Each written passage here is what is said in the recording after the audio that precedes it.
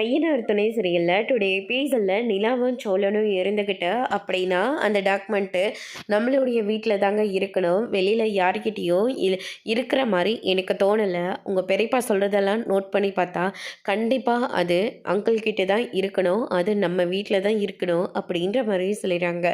அப்படின்னா நம்ம வீட்டில் இருக்கனா இத்தனை நாளாக நம்ம ஏங்க அதை தேடி இருக்கக்கூடாது அப்படின்னு சொல்லிட்டு நம்ம சோழன் கேட்கவும், ஒருவேளை இவங்கெல்லாம் இப்படிலாம் பிரச்சனை பண்ணுவாங்கன்னு நமக்கு என்ன தெரியும், அதனால் நம்ம இப்போ போய் தேடுறதா எல்லாத்துக்கும் சரியாக இருக்கும் அப்படின்ற மாதிரி சொல்லிடுறாங்க. அதுக்கு அடுத்ததாக பார்த்திங்கன்னா, நம்ம இப்போ எப்படிங்க வீட்டுக்குள்ளே போகிறது, கேட் எப்படியும் காலியாக தான் இருக்கும், ஏதாவது ஒரு பக்கம் உள்ளே போயிடலாம் அப்படின்னு சொல்லிட்டு கேட்டில் உங்களுக்கு ஹைட் ஜம்ப்பு லாங் ஜம்ப்பு இந்த மாதிரி ஏதாவது தெரியுமா அப்படின்னு சொல்லிட்டு கேட்கும். பிடி பீரியடில் கூட நான் உட்காந்து படிக்க தான் செஞ்சேன், நான்லாம் விளையாட்டுக்கெல்லாம் போகவே மாட்டேன் அப்படின்னு சொல்லிட்டு நில சொல்லிடுறாங்க.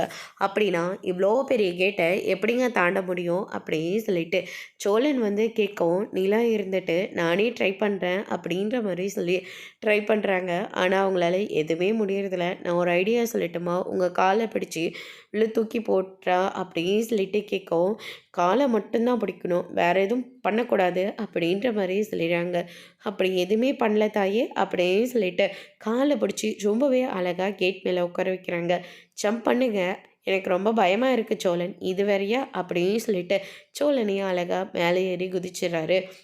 ஆமாம், இவ்வளோ பெரிய கேட்டை எப்படி நீங்கள் ஈஸியாக ஏறி வந்துட்டீங்க அப்படின்னு சொல்லிட்டு கேட்கவும், நான் தான் சொன்னேன்ல எனக்கு ஹைட் ஜம்ப்பு லாங் ஜம்ப்பு இது எல்லாமே பக்காவாக தெரியுங்க அப்படின்னு சொல்லிட்டு சோழன் சொல்லிக்கிட்டு இருக்காங்க. அதுக்கு அடுத்ததாக சரின்னு சொல்லிட்டு உள்ளே போயிட்டு பார்க்கலான்னு பார்க்குறாங்க. பார்த்தா முன்னாடி கதவும் பின்னாடி கதவும் லாக் பண்ணியிருக்கு. இப்போ எப்படா போகிறதுன்னு சொல்லிட்டு ஒவ்வொன்றா ஆராய்ச்சி பண்ண ஆரம்பிக்கிறாங்க.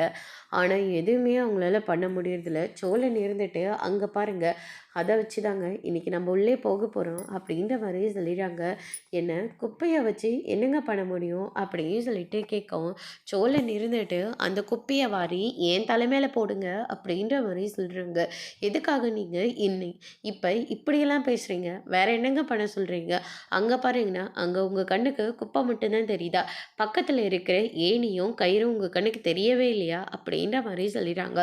ஓ, நீங்கள் அதை சொன்னீங்களா அப்படின்னு சொல்லிட்டு நிலா கேட்கவும், அதுக்கு அடுத்ததாக சோழன் இருந்துட்டு இங்கே பாருங்க அதை வச்சு ஓட்டை பிரித்து நல்ல வேலை ஓட்ட வீடோடு இருக்குது, இதே இந்த மோல்டிங்கெல்லாம் போட்டிருந்தா இந்த மாதிரி ஒரு வாய்ப்பு இருந்திருக்காது அப்படின்னு சொல்லிட்டு சோழன் இருந்துட்டு நீங்கள் இங்கே இருங்க, இங்கே இருந்தால் பாருங்கள் கொசுவெல்லாம் கடிக்குது, கொசு அடிக்கிறதுக்கு தானே நாம் இங்கே வந்திருக்கோம் அப்படின்ற மாதிரி சொல்கிறாங்க. இப்போ எதுக்காக சும்மா சும்மா ஏதாச்சும் ஒன்று சொல்லிக்கிட்டே இருக்கீங்க அப்படின்னு சொல்லிட்டு நிலா கேட்கும். கேட்குற கேள்வி எப்படி இருக்குது, ஐடியா கொடுத்தா மட்டும் போதாது, அது இறங்கி செய்யணும், நான் இறங்கிட்டேன், நீங்கள் தான் பயப்படுறீங்க அப்படின்ற மாதிரி சொல்லிக்கிட்டு இருக்காங்க. நானும் உங்களோட மேலே வரேன் அப்படின்ற மாதிரி சொன்ன உடனே இதை வச்சு எப்படி இங்கே உள்ளே போய் குதிக்க முடியும், என்னால் முடியாது, உங்களை யாரும் உள்ளே கூப்பிட்டா நீங்களாம் உள்ளே வர தேவையில்ல, நீங்கள் இங்கே உட்காருங்க அப்படின்னு சொல்லிட்டு நிலாவும் அடமுடிச்சு மேலே போயிட்டு உட்காந்துக்கிறாங்க.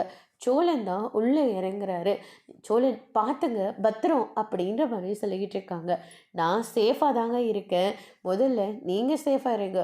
ஐயோ, நான் இதெல்லாம் என் வெயிட்டுக்கு தாங்குமா, ஒரு வேளை பொத்துன்னு கீழே விழுந்துட்டா என்னங்க பண்ணுறது அப்படின்ற மாதிரி சொல்லிடுறாங்க.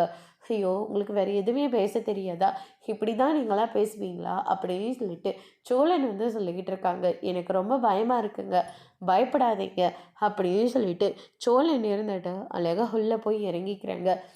நிலா கிட்ட நீங்கள் அங்கே யாராச்சும் வராங்களான்னு மட்டும் பார்த்துக்கோங்க, மற்றதெல்லாம் நான் பார்த்துக்கிறேன் அப்படின்ற மாதிரி சொல்லிடுறாங்க. நிலா இருந்துட்டு சோழன் எங்கே இருக்கீங்க அப்படின்னு சொல்லிட்டு கேட்கவும், நான் இங்கே தாங்க இருக்கேன், அந்த பாத்திரத்தில் எதுக்காக திறந்து பார்த்துட்ருக்கீங்க, டாக்குமெண்ட்டு இருக்கிற இடத்த முதல்ல தேடுங்க அப்படின்ற மாதிரி சொல்லிடுறாங்க. அதுக்கு அடுத்ததாக ஒரு பெட்டியை தூக்கிட்டு வராரு. அந்த பெட்டியில் இருக்கான்னு சொல்லிட்டு பார்த்துக்கிட்டு இருக்காங்க. பார்த்தா அதில் புடவையும் வேறு ஏதோ ஒரு டாக்குமெண்ட்லாம் இருந்துக்கிட்டு இருக்கு.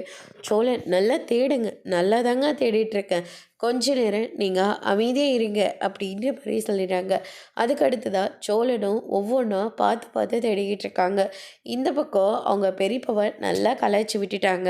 அவங்க பெரியப்பாவை இருந்துட்டு எனக்கு என்னமோ உன் மேலே தான்டா சந்தேகமாக இருக்கு அப்படின்ற மாதிரி சொல்கிறாங்க. ஆனால் சோழன் இருந்துட்டு நான் அப்போவே உங்ககிட்ட சொன்னேன்னா என்ன, இவங்களை காப்பாற்ற வேண்டாம், இவங்க எப்படியாச்சும் ஒன்று போகட்டும், நம்ம நம்ம வேலையை போய் பார்க்கலான்னு சொன்னேன். ஆனால் நீங்கள் தான் உங்கள் பெரியப்பா காப்பாற்றுங்கன்னு சொன்னீங்க. ஆனால் இப்போ பாருங்க அவர் எல்லா பழியும் என் மேலே போட்டுக்கிட்டு இருக்காரு அப்படின்ற மாதிரி சொல்லிடுறாங்க. அதுக்கு அடுத்ததாக நிலா இருந்துட்டு ஆமாங்க, இவங்க எப்படியே போட்டோன்னு நாமளே விட்டுருந்துருக்கணும் அப்படின்ற மாதிரி சொன்னதுனால அவங்க பெரியப்பா இருந்துட்டு ஏதோ ஒன்று தெரியாமல் சொல்லிட்டேன், போதுமா, நீங்கள் காப்பாற்றினதுக்காக ரொம்ப நன்றி அப்படியே சொல்லிட்டு அங்கேருந்து கிளம்ப பார்க்குறாரு. இவங்களுக்கு சிரிப்பு கண்ட்ரோலே வரல. பாண்டியனும் பல்லவன் இருந்துட்டு அடி நல்லா அடிச்சிட்டிங்களே அப்படின்ற மாதிரி சொல்லிக்கிட்டு இருக்காங்க. எல்லாம் ஒரு ஆக்டிங் தானே அப்படின்ற மாதிரி சொல்லி அவங்களையும் சமாதானம் பண்ணிடுறாங்க.